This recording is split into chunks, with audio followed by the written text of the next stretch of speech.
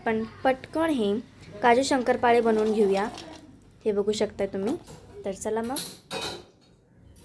नमस्ते, मी मनीषा किचनमध्ये तुमचं खूप खूप स्वागत आहे।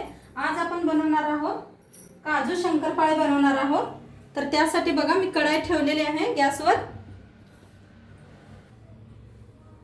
बघा गरम दूध घेतले मी, 1 वाटी दूध ओतून घेऊया। त्याच वाटीने बघा 1 वाटी साखर घेतल्या, हलवून घेऊन शिजवून घेऊया।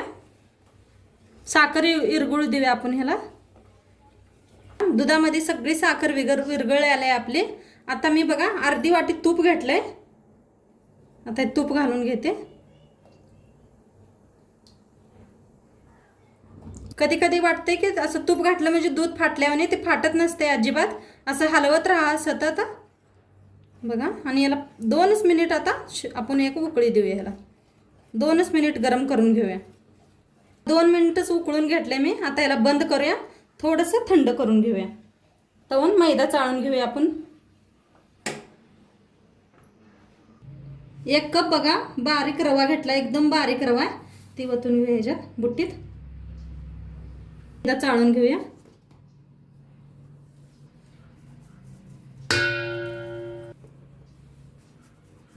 हे सगळं मिसळून घेऊया असं, रवा आणि मैदा। आणि ह्याच्यात बघा थोडंसं मीठ टाकले मी। थोडं थोडं करून वतून घेऊया। हे तूप आणि दूध साखरचं मिश्रण केलं ते, आणि सगळे पीठ असं हलवून घेऊया। एका उलटण्यानं हलवून घ्या असं। थोडंसं गरम आहे म्हणताना असं करून घ्यायचं, नाही हाताला चटके बसतील। आता एक जागी गोळा करून घेऊया ह्याचा। लई जास्त मळू नका, असं नुसतं गोळा असं करून घ्या। बघा मी दाखवायला आले असंच, असं मळून घेतलं। लई मळायचं नाही, नुसतं असं गोळा गोळा करून साईडला ठेवायचं। बघा आता मस्त मी करून घेतलंय, साईडला ठेवून देऊया। कूट घेतलाय। आता ह्याच्यातलं काय करायचं आहे, गोळा तोडून घेऊया आपण। हे पा एवढा असं करूनच लाटून घेऊया। तेरा लाटून घेऊया। लई बी पातळ करू नका, मोठंच ठेवायचं।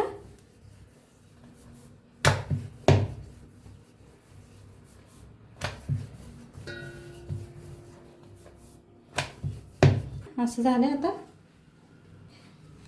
हे काठ काढून घेऊया।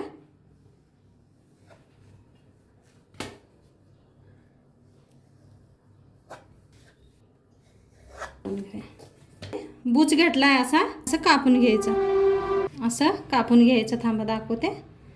हे पा असं,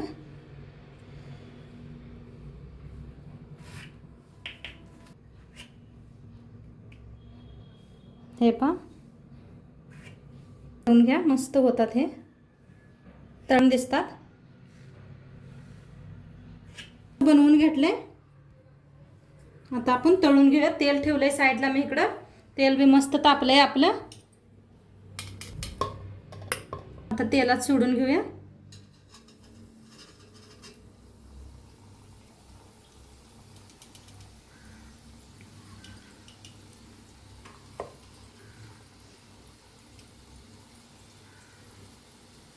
हलवून घेऊया, असं खालीवर खालीवर करून घेऊया।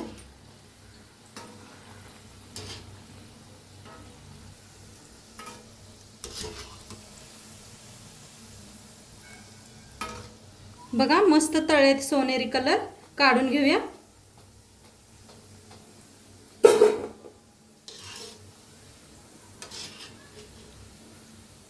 गॅस कमी करून भाजा, मस्त भाजतात।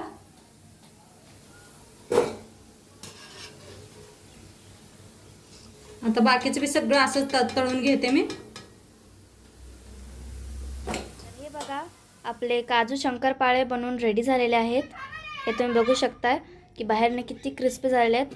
तर चला आता बघून घेऊया की किती क्रिस्पी झालेले आहेत ते।